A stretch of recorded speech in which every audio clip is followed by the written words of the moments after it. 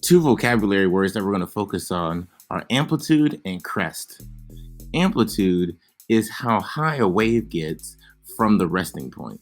This line right here is the resting point, and how high the wave gets from that resting point, that's called amplitude. The more amplitude a wave has, the more energy the wave has. So you can tell how much energy a wave has by its amplitude. Crest is the top part of a wave. So you might describe amplitude as the distance from the resting point to the crest of a wave. Check out this picture. There are so many people holding this flag. You might not realize it at first, but there's a lot of waves being transferred from the people holding this flag. Yes, waves can be more than just water. We see waves traveling through flags all the time, but it's usually with the wind blowing the flag. Now it's people holding the flag. How is waves being transferred here? Waves are the transfer of energy caused by a disturbance. You've probably seen a droplet of water or a rock hit the surface of a water and cause all of those ripples. Those waves are being caused by energy being transferred. The size of the wave is determined by how much energy is being transferred. So the more amplitude the wave has shows you how much energy is being transferred. Let's pay attention to the wavelength and the amplitude of each of the waves coming at this boat. Ooh. We see the amplitude, how high the wave gets, is not too bad. And the wavelength is pretty long. From one wave to the next, or from one crest to the next, is pretty long.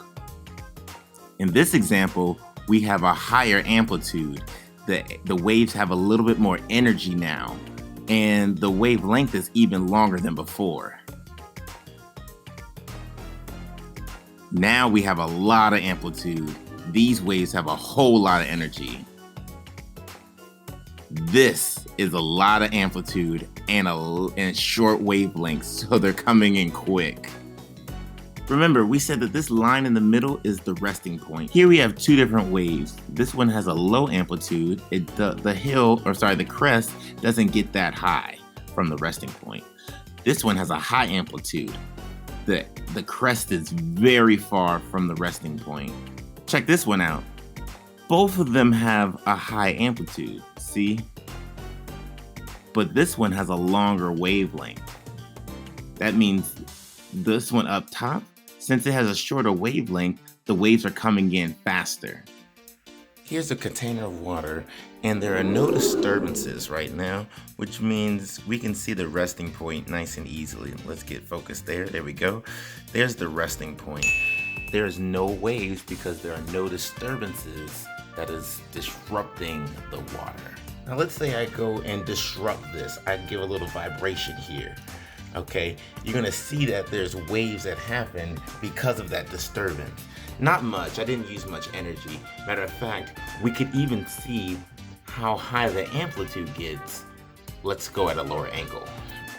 Okay, so you can see the resting point right along this line right here. That's because there's no disturbances. Don't get confused by my Tupperware container that has these little grooves. This is where the water is right here. Now you can see it moving a little bit because I'm touching it. It's just a little bit disturbance. And so now I'm going to vibrate and disrupt this water a little bit and see. The waves are going to be very small. Okay, you can see the amplitude starting to form. You saw it going up and down. You can see how much energy is being caused. Now imagine if I were to drop a large rock.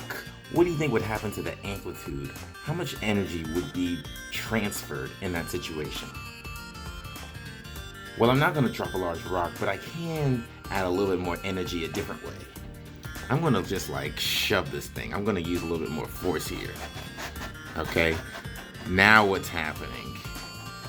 I'm making a mess, that's what's happening. Water's getting everywhere. But as you saw, I added more energy. There was more energy being transferred, and that caused a higher and stronger amplitude.